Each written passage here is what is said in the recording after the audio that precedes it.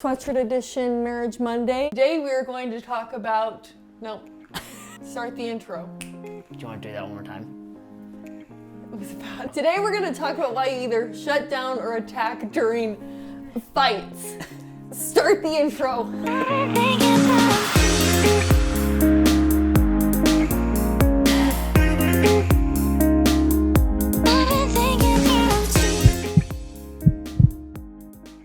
So today we're talking about why you either find yourself shutting down or attacking during fights with your partner.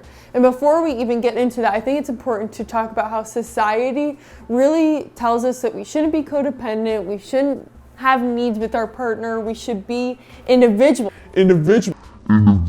who don't need people. And let's be honest, guys, as humans, that's just impossible. We have needs, and especially in a partnership, a marriage, a relationship, you really do want to know that the other person is there for you, that they can meet your needs, that they're safe. And inevitably, sometimes your partner is going to be unresponsive. They're not going to feel safe to you. And when that happens, you're going to feel insecure. And when you feel insecure, one of two things usually happens. You either become anxious and you attack, you're trying to get a response from the other person, some sort of reassurance that they care about you, or you might withdraw. And by that, either way, either tendency you have, you're trying to protect yourself because you're feeling insecure, and yeah. And so for people that have anxious tendencies, like Claire was saying, you'll express that in a way where you'll attack to get a response out of them. And so you become much more fight in those moments so that you can get something and know that, hey, they care about me. Yeah. And really it's your way of expressing a desire for emotional connection that is just kind of executed poorly. Yeah, it's maladaptive. I mean, I want to use an example for me. That's a tendency I really have, and so the other day felt like Robbie I made up in my head that he didn't really want to listen to what I was saying to him, and so I started attacking, just bidding for any type of reaction from him that he would say he cares for me. But if I had actually just said, hey, it feels like you don't really want to listen to me, do you? I probably would have gotten a quicker answer and reassurance from him than I did through this technique that I was using. Yeah, and so on the opposite side of anxious, there's avoidant. And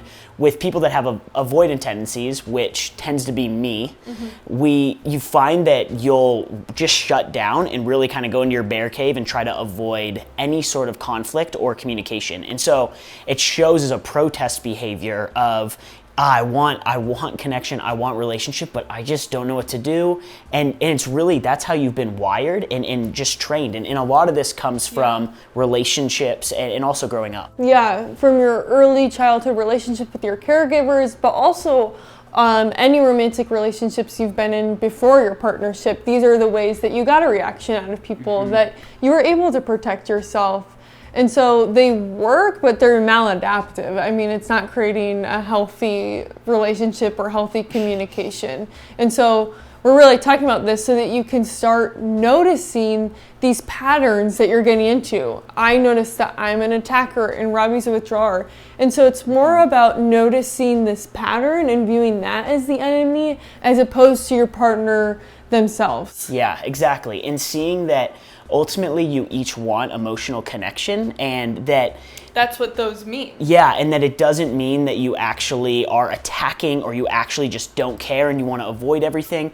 It's actually a protest behavior that's expressing a need for connection with the other person. And so ultimately the reason we would encourage you to just start noticing and identifying, one, what your tendency is. Are you more anxious or more avoidant?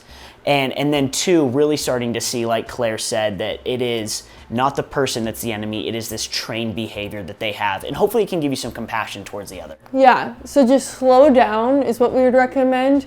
Like, look at the other person when they're doing that and think to yourself, why are they doing this right now? This isn't their normal behavior. Is there an insecurity behind all of this? Are they saying to themselves that they need some reassurance from me? And so ask them, hey, I'm noticing that you're shutting down. Yeah. Is there any reason or is there any need that I can meet from you because I want to be connected to you? Exactly.